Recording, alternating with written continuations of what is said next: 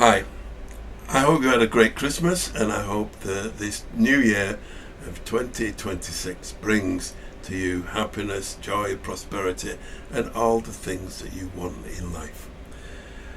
I want to talk a little bit about this book, An Act of Sedition. Now, it's been republished under the banner of Prime 7 Media.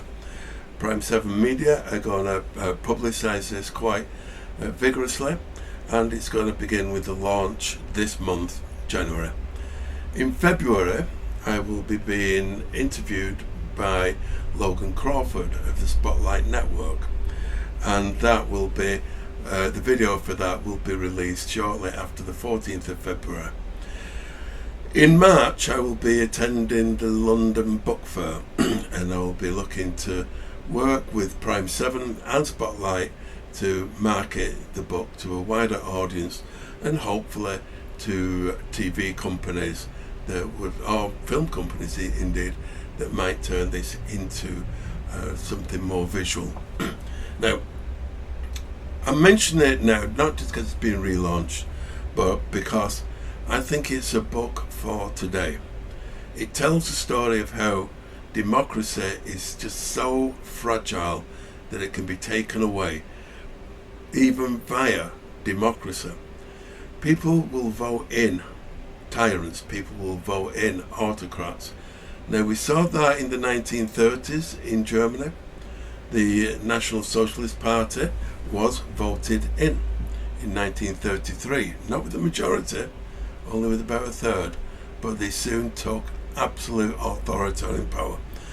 We see in America how an autocratic president is trying to shut down media, is trying to shut down all criticism of himself and his government. We see these things happening, and it can happen here.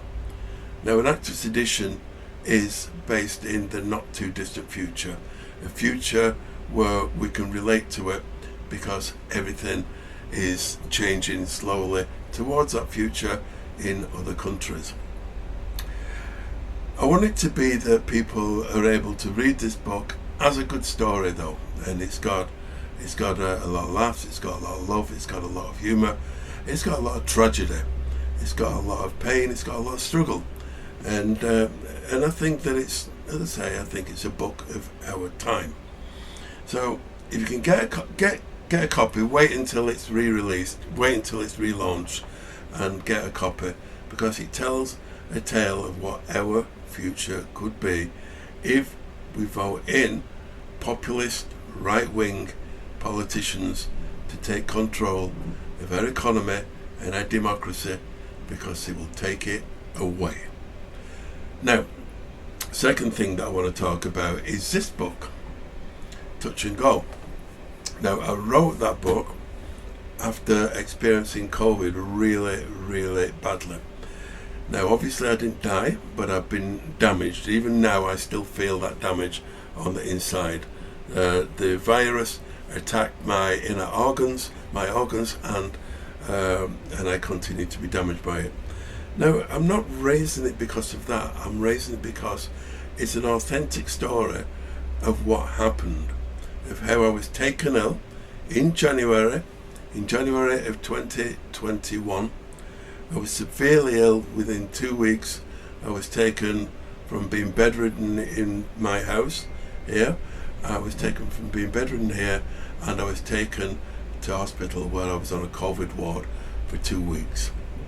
On that ward, I know that 2 other patients died of COVID. And I mentioned this because this is a personal experience of COVID. It's real, it's authentic. I nearly died. I was in a coma for nearly a month. It took me some while to actually recover from the coma because of the muscle wastage that occurred. I was in ICU for nearly 2 months. I had to go to a rehab centre to learn to just walk a little again. And it's been a long time and a lot of hard work since then to be able to walk properly. And I get very out of breath if I go upstairs or up hills. And so I think it's important. Now, the reason that I'm mentioning this is not because I want anyone to feel sorry for me. Other people suffered worse. Many people died. A lot of those deaths were through the way that the government handled COVID. So in April of 2020, it was a massive peak in deaths, and that was because throughout March and the February preceding that, the government had done next to nothing. They looked for herd immunity as being the cure, the way that we as a people would beat it, and they failed to look at how other countries were already responding, how the virus was attacking. And in March of that year, lots of massive sporting events took place. International rugby, Twickenham, we had horse racing, we had international football matches, we had people travelling from other countries into this. They did not put any restrictions on. And so in April there was a massive amount of deaths. The following January, when I was ill, that was the higher peak. We're talking many thousands of people dying, and they died because the government at the time gave people and the virus the time off to socialise.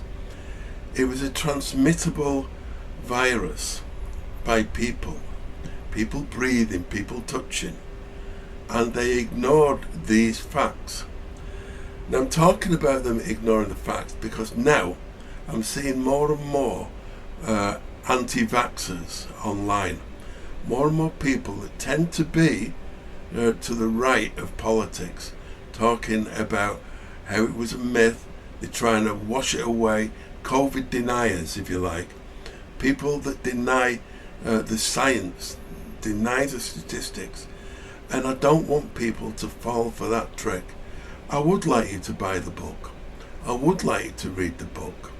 It has a contribution from the consultant who anaesthetized me and put me in the coma, and essentially was one of the leaders of the team that saved my life. Saved my life because when he put me in the coma, they told me the odds of my surviving were 3-1 against. They told my family after that the odds were 6-1 against my surviving. Fortunately, I survived. Many didn't.